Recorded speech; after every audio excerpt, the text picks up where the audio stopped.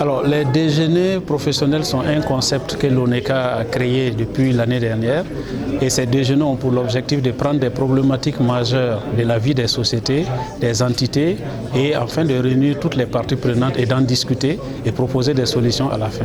Alors, le thème portait sur les sociétés commerciales avec conseil d'administration et en particulier la problématique de la distribution des dividendes. Mon rôle, c'était simplement de venir participer à ce déjeuner professionnel dans l'intérêt même du tribunal, parce que dans le cadre du partage des dividendes, c'est un ensemble d'actes qu'on prend au départ. Il faudrait d'abord que le conseil d'administration prenne la décision de proposer le partage de dividendes et qui va être désormais adopté par l'Assemblée générale. C'est seulement après cela qu'on procède au partage de dividendes. Autrement, on ferait le partage de dividendes fictif qui est pénalement sanctionné. Mais il se trouve que la décision prise en Assemblée générale doit intervenir dans certains délais, notamment 6 mois après l'arrêté des comptes au 31 décembre, donc au 30 juin. Cela demande une certaine diligence des organes dirigeants de la société et pour saisir éventuellement la justice pour proroger ce délai. Donc si ce n'est pas fait, ça devient difficile, le partage devient presque impossible. Je suis membre de l'ordre et aujourd'hui j'ai été panéliste à côté de mes confrères, 2 autres confrères ici présents.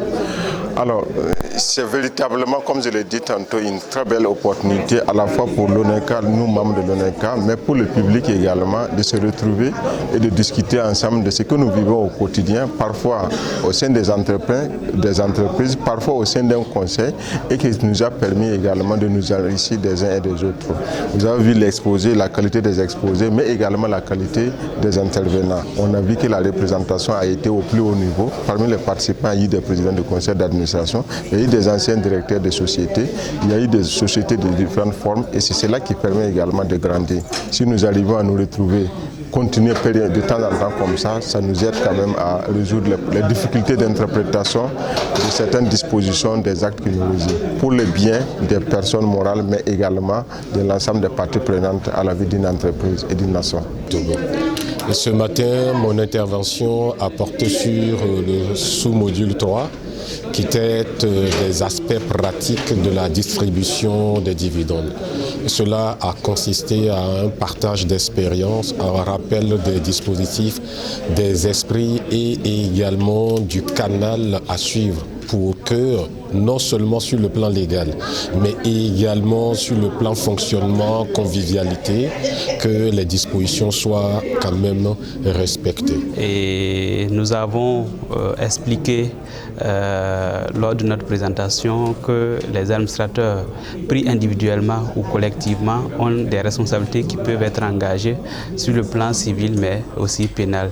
Nous avons également formulé des recommandations pour que ces administrateurs, lors des conseils d'administration, puissent travailler à éviter que, après les décisions qui vont être prises dans le cadre de la distribution des dividendes, ne soient pas remises en cause et que les responsabilités ne soient pas engagées. J'ai tiré beaucoup d'informations et d'enseignements qui vont m'orienter dans les prises de décision du conseil d'administration liées à la répartition des dividendes.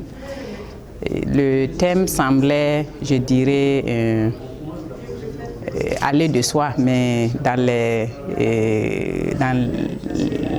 débats et même dans le contenu des exposés, on s'est rendu compte qu'effectivement, être au conseil d'administration, c'est une lourde responsabilité, et surtout par rapport à la répartition des dividendes.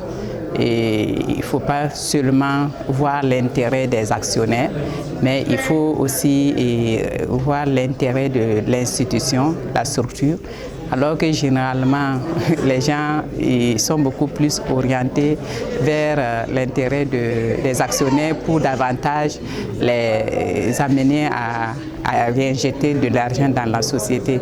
Mais à la fin de cette formation, je sens que je suis assez outillée pour faire des propositions et développer des outils qui orientent la prise de décision par rapport à la distribution des dividendes.